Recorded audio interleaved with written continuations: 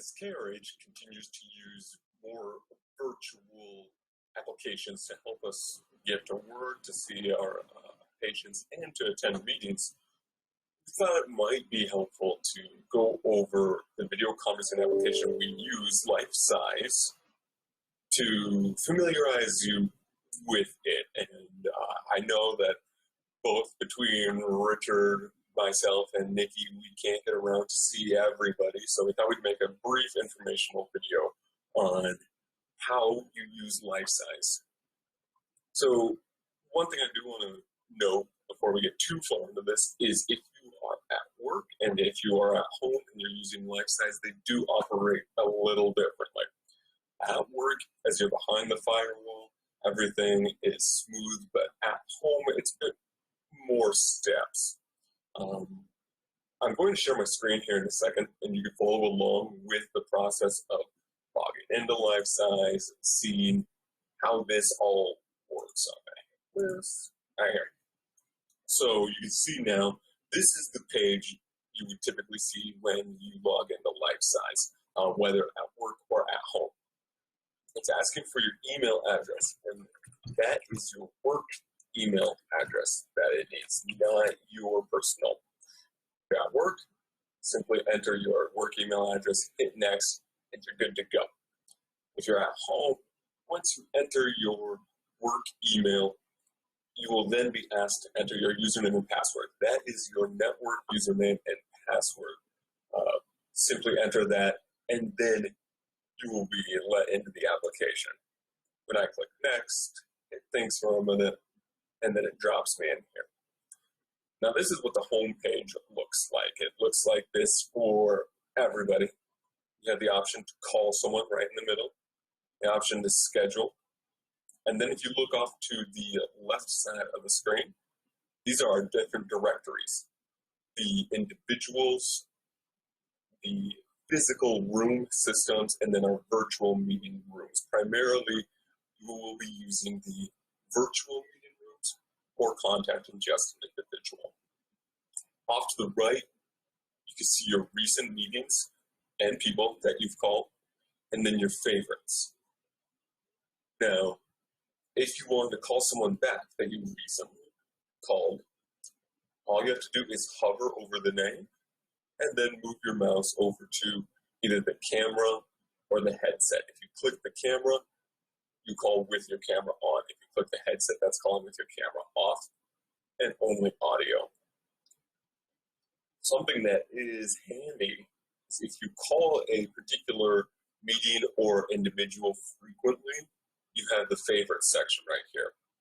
Simply click add, and then you can start typing the name of the meeting or person that you call. I call the education meeting frequently, so I'll select that, and it adds it to my favorites list. Same with the recents, simply hover over it, click the camera, or click the headset to call. Now these two buttons in the middle, if you select call, a box appears and it asks where you want to call. We're going to keep using this education room as our test. When I type that in and click on it, I'm ready to call. Now I do want to verify that my camera and my audio devices are working properly. So there's this verbal verbiage right here to check your camera and audio. Select that and this comes up. Now because I am currently in a call, you don't see anything with my camera. But you want to verify that you can see yourself. When I'm talking, this green bar is moving, it hears me, the individual I call will hear me as well. And then my speakers, I'm able to just test them with this purple button. Now if these devices are not working properly, simply click the drop-down arrow and move on to the next one until you find the correct device. If no devices are loading and you know that they are there, you may have to restart your computer. Simply restart your computer, log back into the application, and check to see if they're there. If the issue persists and you still do not see your camera, despite it being a laptop that's built in, you probably will have to call HIT and notify them that of the name of your device and the type of device you have, and that the camera is not working. So now that these are all selected and it's working, I'm going to click this remember for next time, and then I'm going to start with my camera on. Now, what does it look like once you're in the call? I'm going to select this, and if I had made this call we're currently in, I would be the first one here. If there was someone else in here, they would be the large picture and I would be the small one. You'll notice you have a couple different options in Lifesize. You have this microphone, camera, this computer, and then a few off to the right side of the screen as well. We're going to get into all of this in just one moment. If you're attending a meeting and you do not need to be heard or seen, you can mute your audio and mute your camera.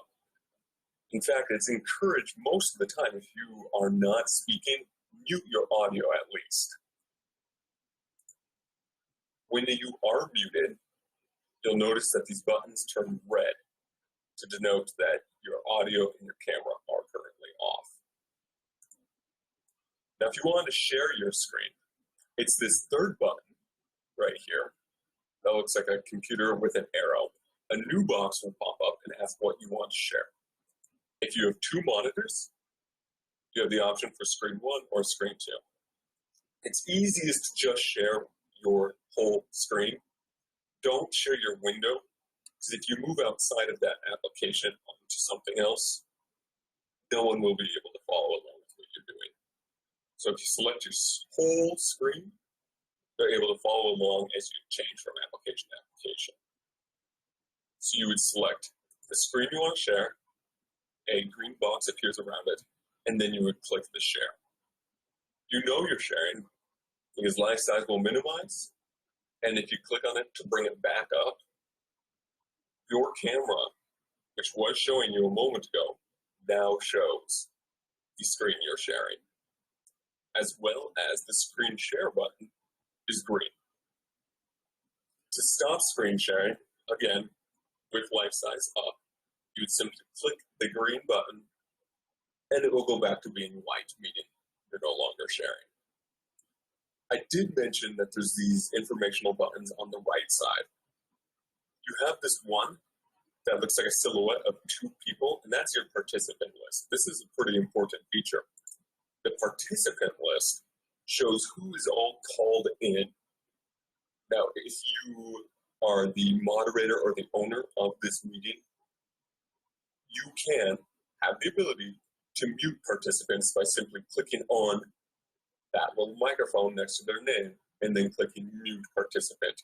Oftentimes, individuals will forget and they'll be clicking away on their keyboard and everyone gets to hear that. So as the moderator, you have the ability to mute people. The other feature that the moderator has is the ability to lock the meeting at the bottom of that panel that's open. There's the lock this meeting option. This will allow you to effectively, once everyone is called in, stop others from calling this meeting. Now, the other one that's important is the settings. We discussed this previously before the call. The settings is where you can select your camera, microphone, and speaker. But you can also do that in the call if something were to get unplugged. Simply click on that gear wheel and the same box that you saw earlier appears. You're just going to select your devices again until it's correct. Now, at the end of the meeting,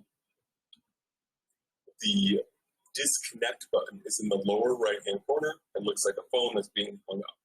Simply select that to disconnect from the call.